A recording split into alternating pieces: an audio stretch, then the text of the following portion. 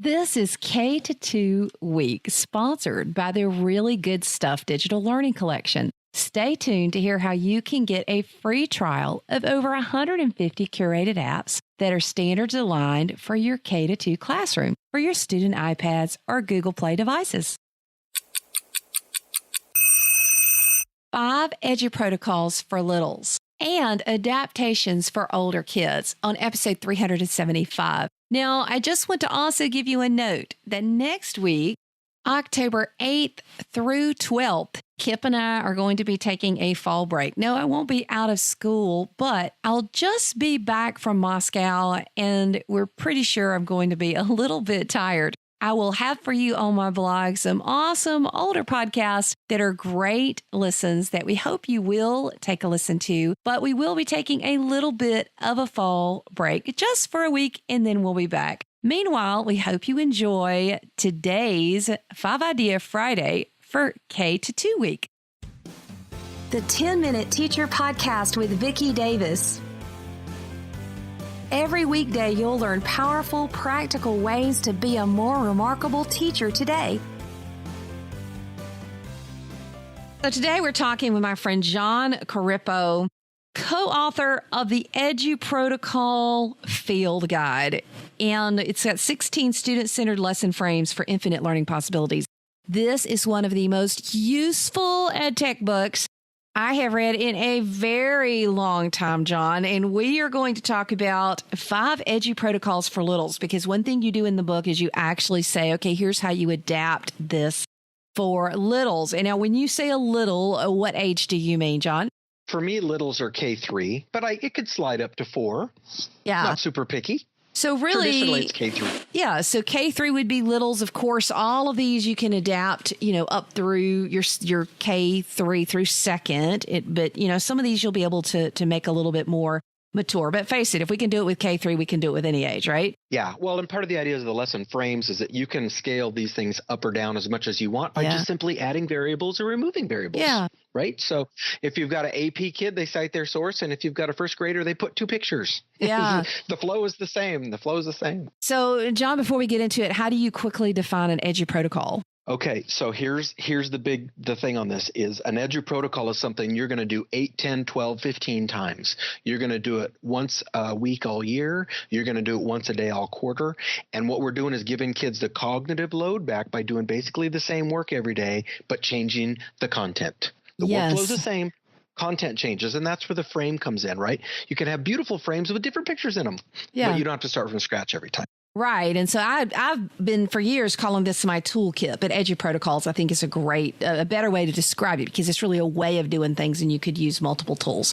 Okay, so what is our first Eduprotocol for littles? Our first Eduprotocol is probably the simplest of all of the Eduprotocols. It's the Fast and the Curious model, where basically instead of using something like Quizzes or Kahoot or Socrative to give kids a 40-question quiz, you give them a short quiz, 10 questions.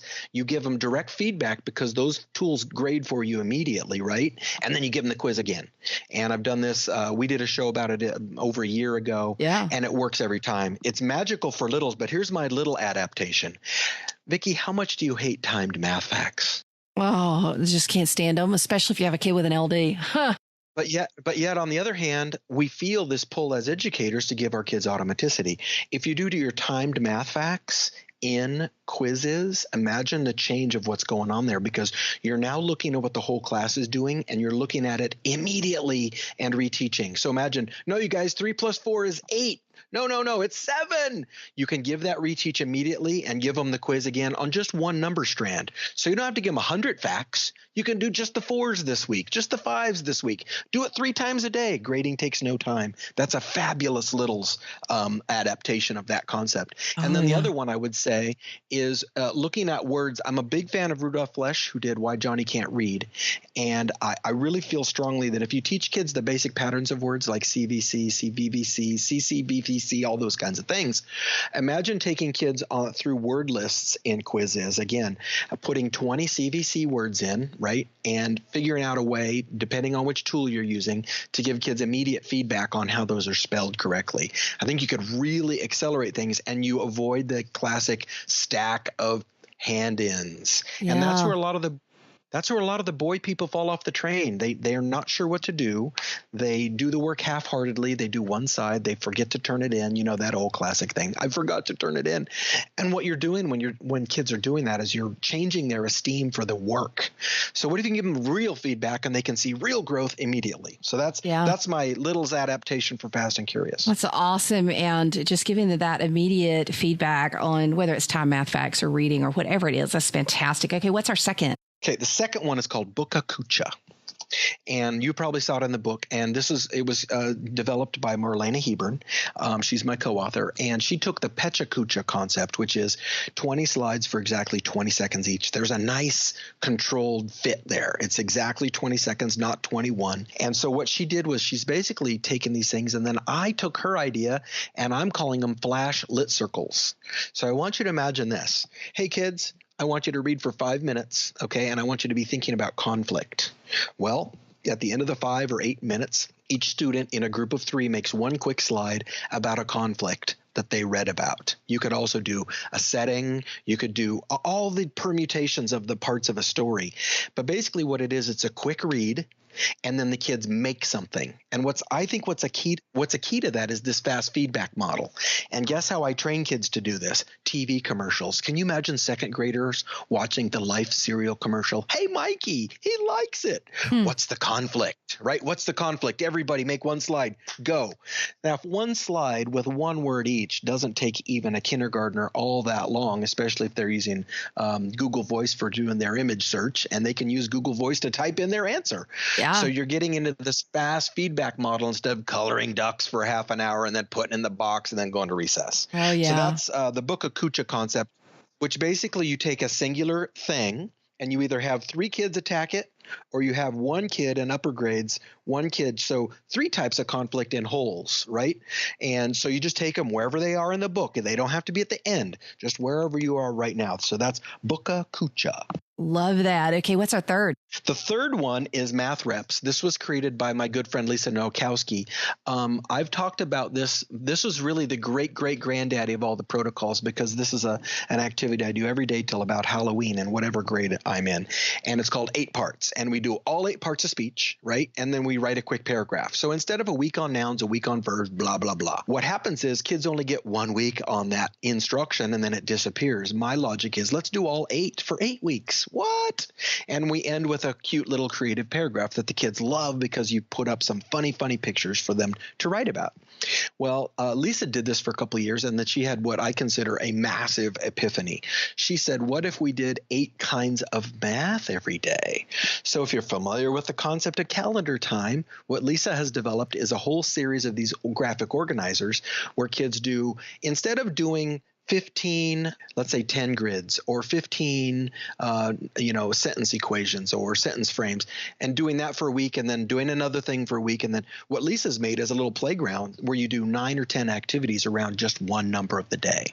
So you take the number of the day and you do everything you can with it. You prime factor it, you 10 frame it, you make an equation, you count it on your fingers, depending on what grade level is. Like she's literally got a picture of 2 hands there. Color the fingers for 8.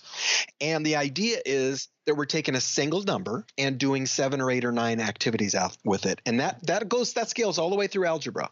She's got great lessons there. It's bit.ly, bit.ly, okay.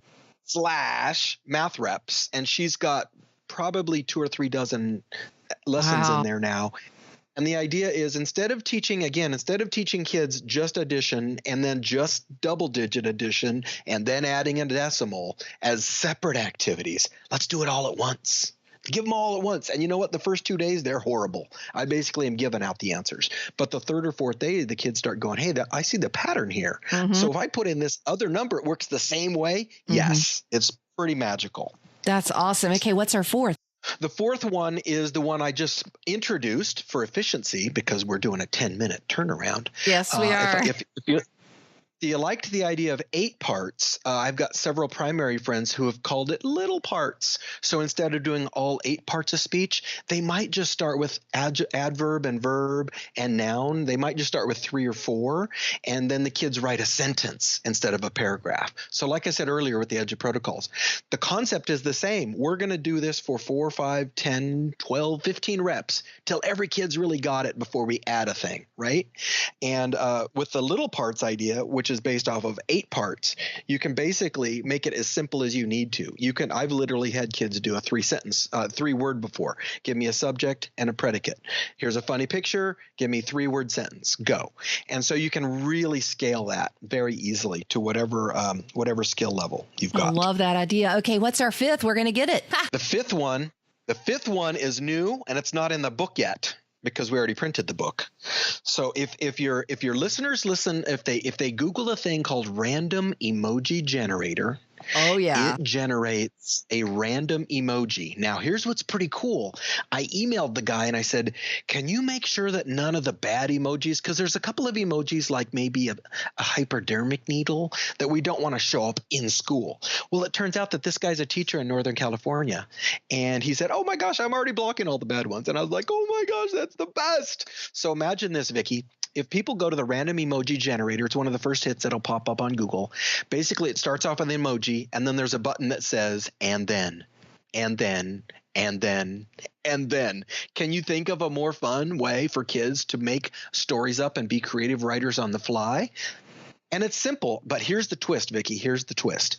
That's fun, but a lot of times what teachers will do is they'll put a kid up in front of the class and make them do it in front of everybody. Here's my twist from Eduprotocols. We're going to take a tool called Socrative, and we're going to do a short answer quiz that's open-ended. I'm going to have the whole class write a 5-sentence story. And at the end in Socrative, when I hit start vote, everybody can see everybody's stories, and they can vote on the ones that they think are the best. And I will have those people read them out loud. How nice for littles is that? And guess what? If 5 sentences too many, we'll do 3. And so basically you go to the random emoji generator and you hit and then, and then, and then. Everybody write a sentence. You give them plenty of time to write each sentence. When they're done, they hit submit.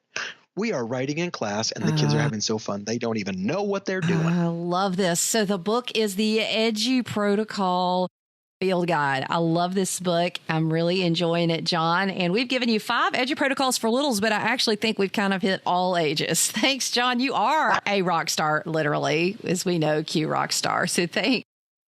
Well, thank you, cool cat teacher. The Really Good Stuff Digital Learning Collection is here. This app is a digital supplemental curriculum solution for K through 2nd grade. Aligned with standards, it includes more than 150 curated apps inside their one simple app to install. I took a recent tour and was blown away when I saw that you can customize a playlist of games for each student based on standards and their personal needs.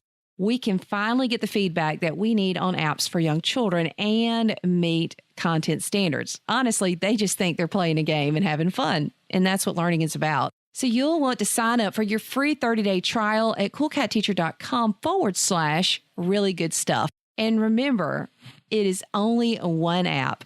All of the other apps are inside this one simple digital learning collection from Really Good Stuff. Now that's good stuff for every K through 2nd grade iPad or Google Play enabled tablet. Enjoy. Thank you for listening to the 10-Minute Teacher Podcast. You can download the show notes and see the archive at coolcatteacher.com/podcast. Never stop learning.